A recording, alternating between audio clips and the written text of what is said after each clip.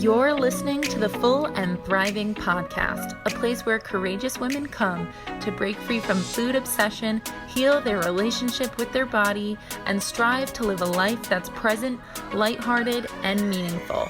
If you're listening, my wish is that this podcast serves as a catalyst that inspires you to nourish your body, nurture your mind, and energize your spirit. I'm your host, Meg McCabe, a certified life coach and eating disorder recovery coach with a PhD in having a good time. Just kidding about that last part. Anyway, thank you so much for listening and enjoy the show.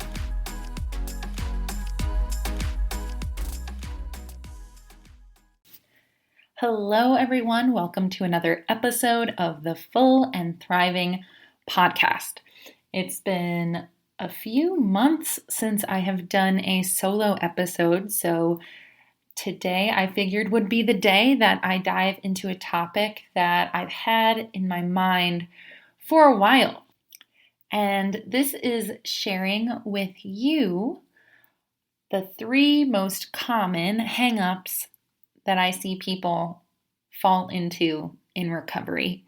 And by no way have I been measuring or taking polls to see whether or not these are actually the top 3 most common hangups, but I do see them pretty much every day in my practice or when I interact with members of the collective or on Instagram. So I know that people who listen to my podcast must be dealing with these hangups as well.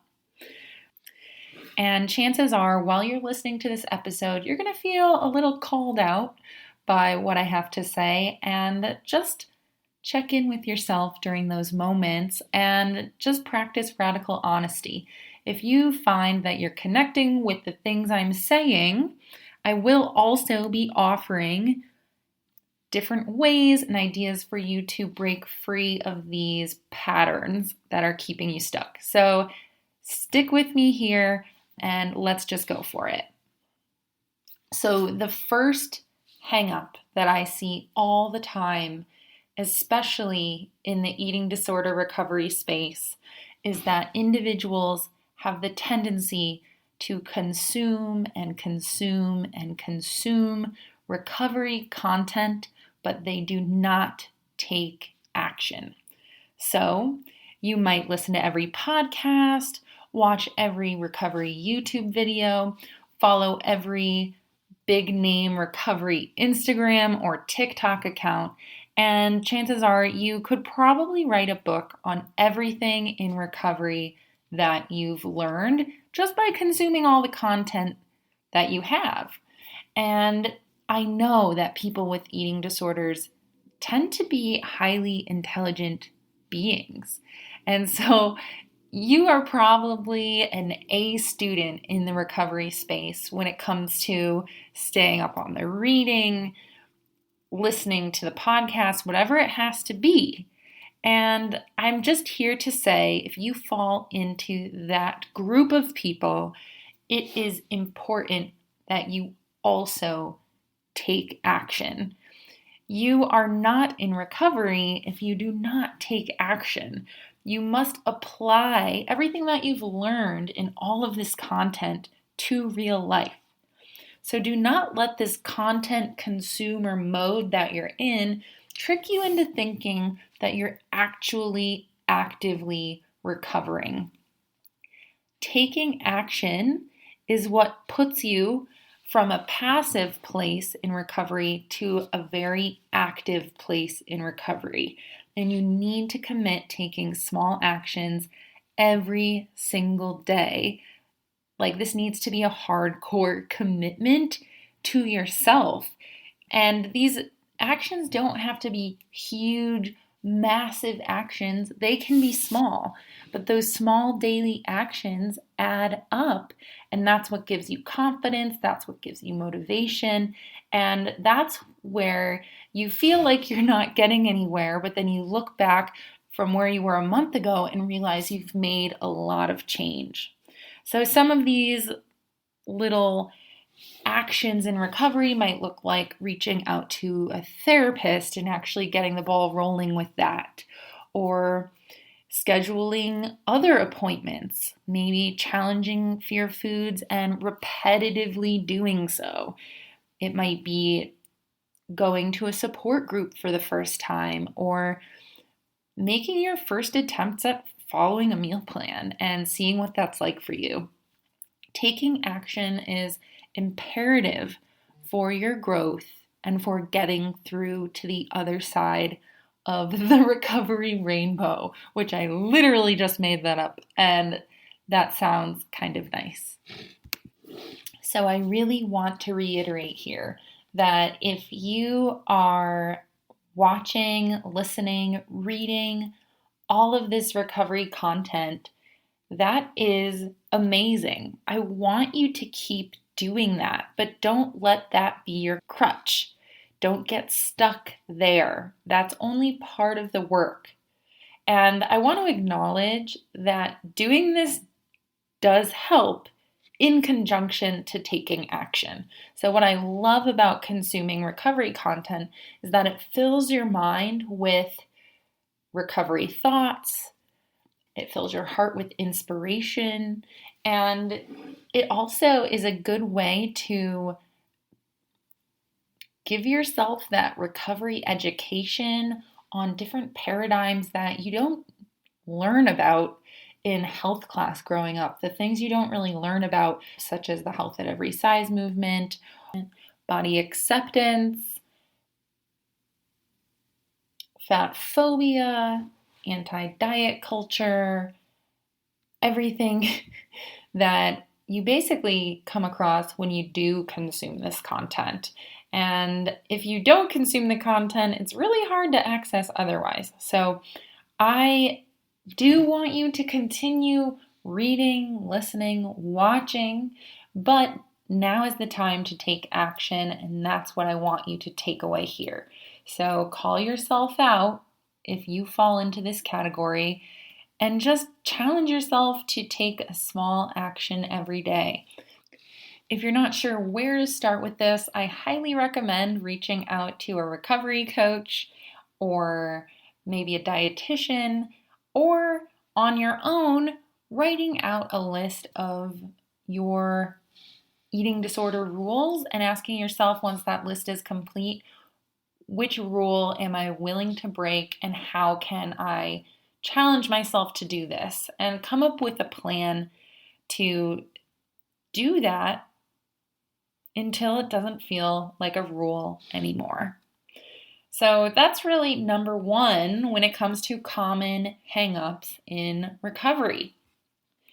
Number two is a new concept I've never brought up on my podcast before, and that is making your recovery conditional. That is the second hangup I've seen a lot in my practice.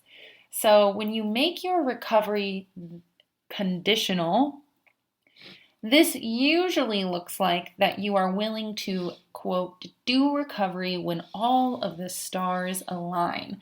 For instance, you are willing to do recovery when you're feeling healthy, energized, and happy, and people are being nice to you, and everything's falling into place. But if something throws off the day, you let your recovery slip through the cracks. For instance, if you are under the weather, or you have exams, or you're traveling, or your partner brought you the wrong type of snack home from the grocery store, you are going to let your recovery just fly right out the window because everything is not going the way you planned. And a conditional recovery means that your recovery is essentially fragile. It's dependent on so many things to go right. And it also means that your foundation isn't strong. A conditional recovery is like having a house made of sticks instead of bricks. With one gust of wind, you take it as a sign that maybe you shouldn't even have a house at all. And at the end of the day, your eating disorder is looking for any reason to sink its teeth into your day and ruin your recovery progress. So on the days you're feeling sick or unhappy or thrown off, those are the days you really need to hunker down and do the recovery work the most.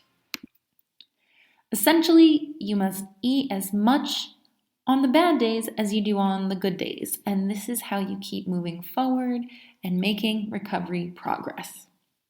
So many of you might be wondering, well, I've been stuck in that pattern for a long time, so I'm not even sure what an unconditional recovery looks like.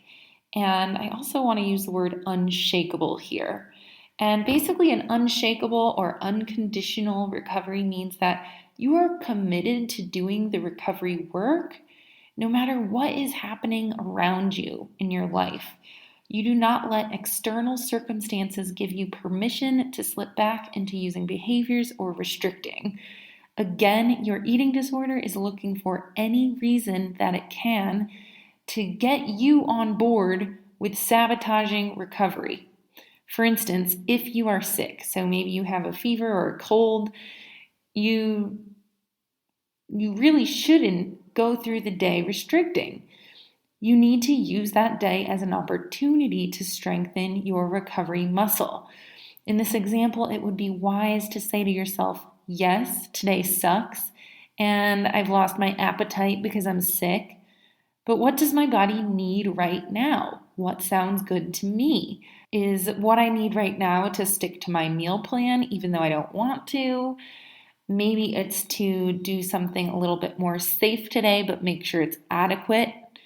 Or maybe it's something more intuitive like having a bowl of soup with a sandwich and some tea because when you're sick, you know that that's appealing to you. My advice here is call yourself out on your pattern to make your recovery conditional. Do not let external circumstances sabotage your recovery. If so, you've got to see how damaging that actually is. When you run into a difficult week, it's imperative that you trust your treatment plan. If you have a meal plan, you must muster through that even on the bad days. Lean on your therapist to properly express your emotions, journal, and find other ways to cope with life's challenges other than your eating disorder. Because essentially, when you let your eating disorder come on in, when something bad is happening in your life, you're giving yourself permission to cope with the eating disorder. So you're always going to be stuck with that behavior if that's what you are letting happen every single time. So I really encourage you to explore what coping skills work best for you. And coping skills take practice and exploration and multiple attempts to use them.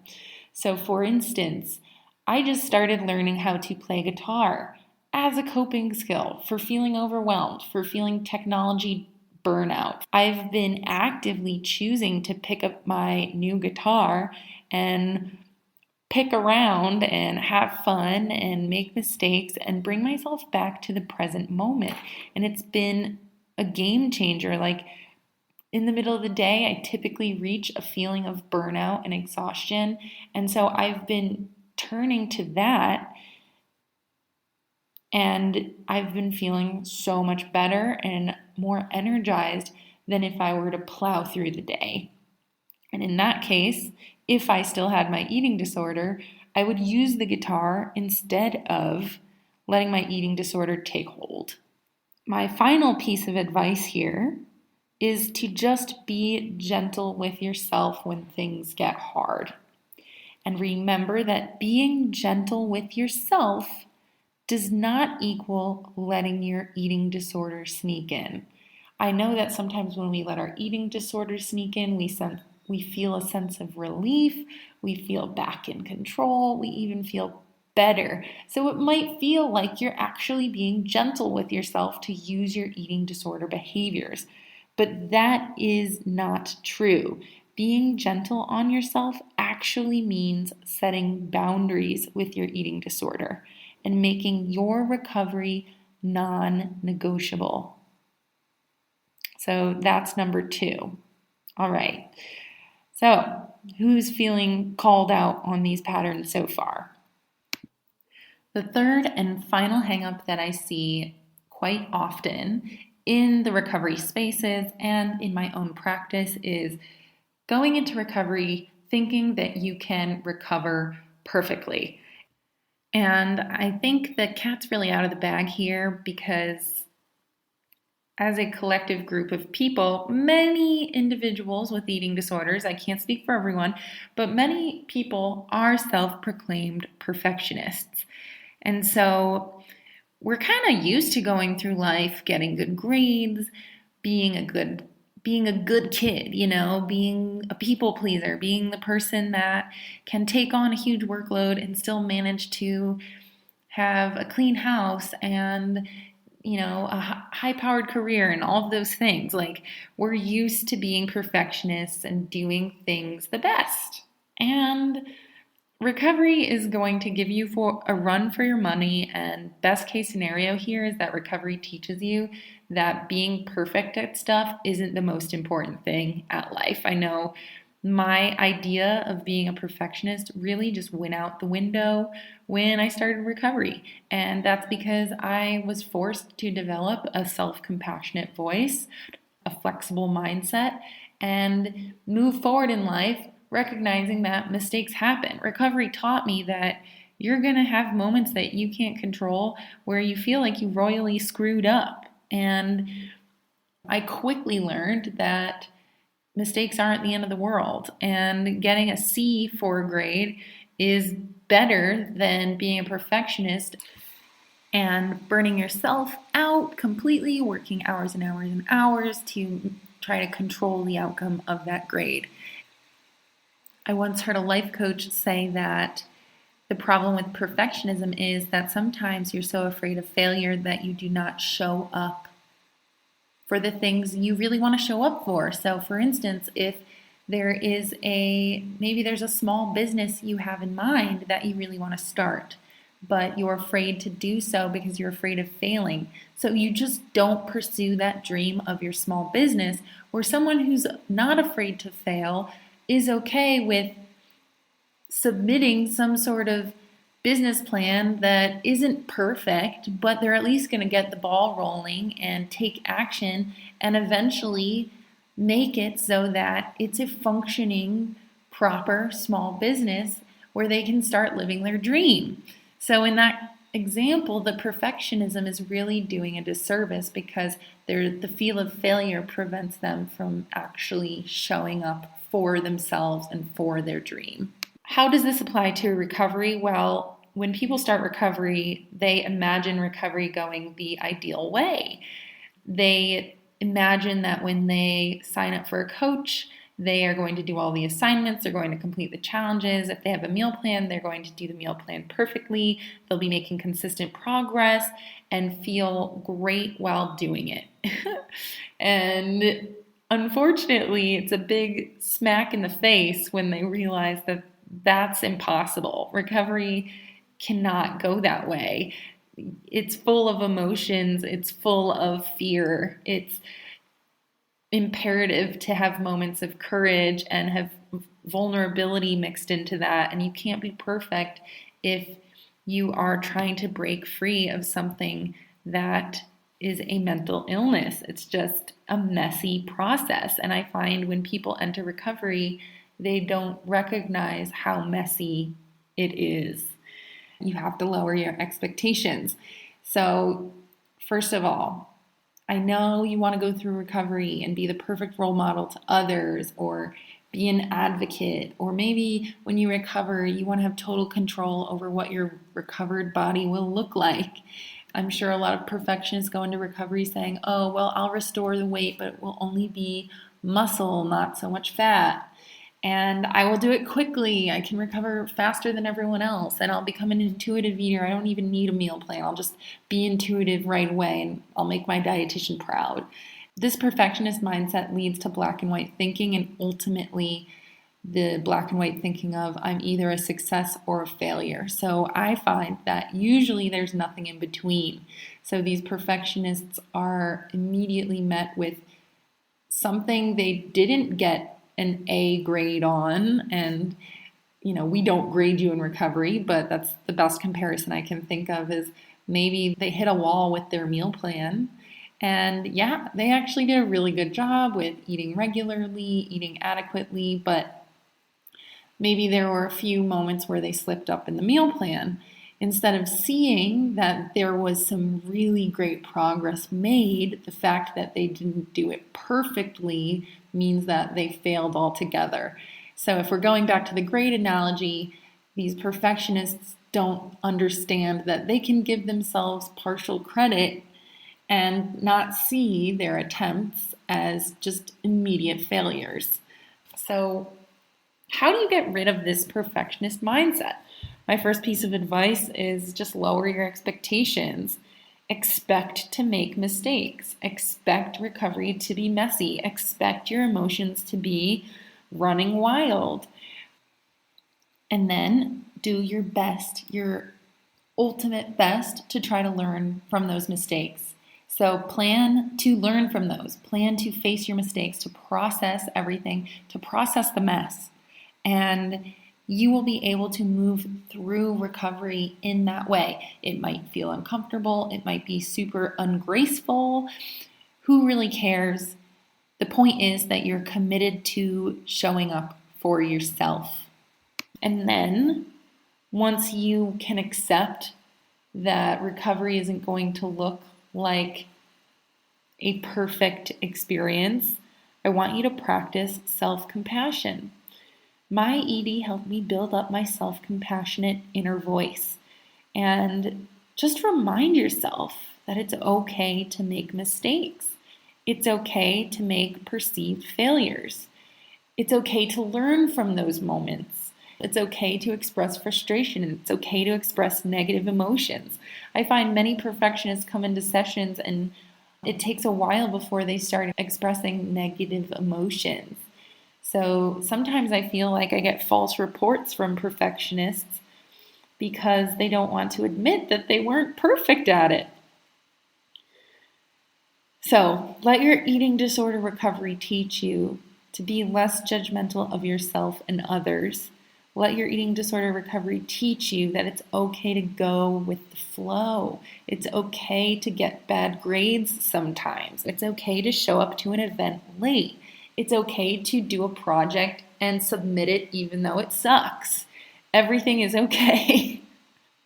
Literally, you'll get through it. Everything is okay. You're going to learn. The sloppier, the better. I am so grateful to my eating disorder for forcing me to let go of perfectionism, and I really hope that you all experience the same thing.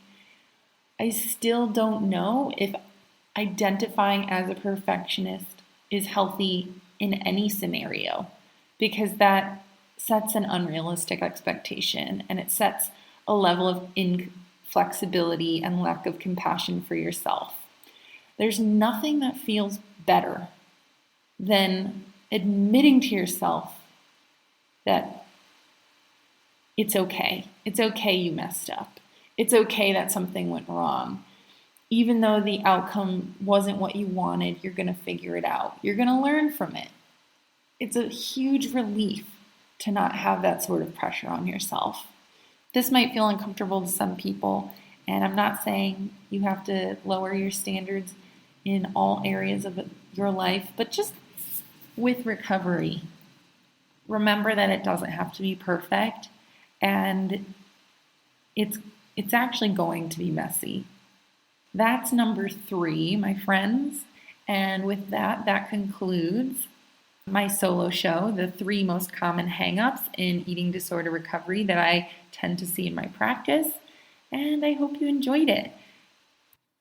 And if you are a fan of the show or just really got something amazing out of this episode, I ask you to leave a review on iTunes. It makes a huge difference to me, and I am so grateful to anyone who takes the time out of their day to do this, because it really helps us spread the word about the podcast. And that is my goal. I want as many people as possible who need the support to access this show. So if you know someone who's struggling with an eating disorder, my other request is that you share this with them, especially if you think it will help. Thank you so much for listening to today's episode, and I'll catch you next time.